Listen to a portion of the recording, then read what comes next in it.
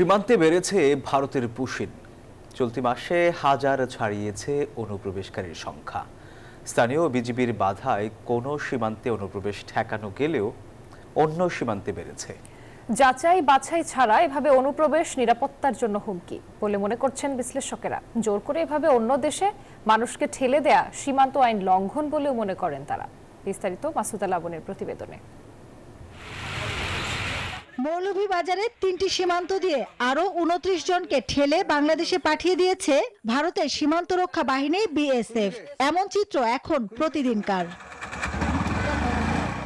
Bangladeshi tag দিয়ে দেশের বিভিন্ন সীমান্ত দিয়েই চলছে ভারতের এই অবিরাম পুশিন।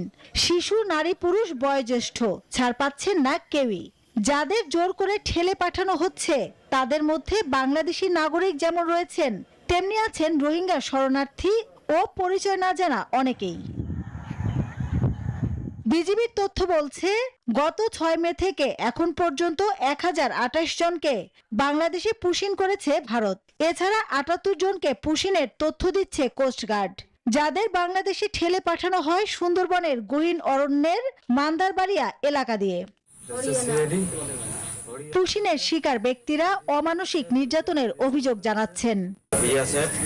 আমাকে মারধর করে, কত কারণে ৩ জনকে মারিয়ে মনে করে নিয়ে আসছেন। ওই পাহাড়কে পার করে দিয়েছে বাংলাদেশে দিয়ে আমার নদীর ধারে ফেলে দিছে। কোন দেশে সীমান্ত রক্ষা বাহিনী প্রতিবেশী দেশে জোর করে কাউকে ঠেলে পাঠিয়ে দিলে আন্তর্জাতিক আইনে তাকে পুশিন বলা হয়।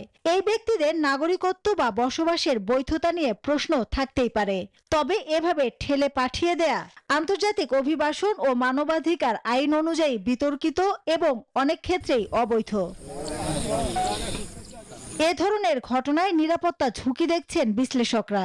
কূটনৈতিকভাবে এটা গ্রহণযোগ্য নয় এবং বাংলাদেশের নিরাপত্তার জন্য এটা ঝুঁকি, অবশ্যই ঝুঁকি। এই কারণে যে কারা এখানে আসছে এ ব্যাপারে আমাদের কোনো ধারণা নাই। কোন দেশে কাউকে ফেরত পাঠাতে হলে তার সুনির্দিষ্ট পন্থা আছে, অনেক দেশই তা অনুসরণ করে, কিন্তু বাংলাদেশের ক্ষেত্রে এই পন্থা মানছে না ভারত। আমরা চেষ্টা করছি যে যাতে কোনোভাবেই বাংলাদেশি না এরকম কাউকে আমাদের বাংলাদেশে পাঠানো হয়। এমন অবস্থায় দুদেশের সম্পর্কে নেতিবাচক প্রভাব পড়ার শঙ্কাও দেখছেন এই নিরাপত্তা বিশ্লেষক। আমাদের সর্বোপরি সব পন্থায় এটাকে প্রতিহত করার জন্য চেষ্টা করা উচিত। সেখানে আমাদের যে সজাগ দৃষ্টি আছে বা পাহারা আছে সেটাকে বৃদ্ধি করতে হবে। দ্বিতীয়ত, আমাদের কূটনৈতিক যে পন্থা আছে সেখানে ভারতের কাছে জোরালো ভাষায় প্রতিবাদ জানাতে হবে। তাদেরকে যে আইনসিদ্ধ যে পথ আছে সেই পথে তাদেরকে পাঠাতে হবে। পুশিনটা কোনো পন্থা নয়। বর্ডার গার্ড বাংলাদেশ বিজিবি বলছে, যথাযথ প্রক্রিয়া না মেনে পুশিন করায় জোরালো প্রতিবাদ জানানো হয়েছে। বিএসএফ এর সঙ্গে বিভিন্ন পর্যায়ে পতাকা বৈঠক করা হয়েছে, যেখানে প্রতিবাদের কথা তুলে ধরা হয়েছে মৌখিক ও লিখিতভাবে। মাসুদা লাবণী, নিউজ 24, ঢাকা।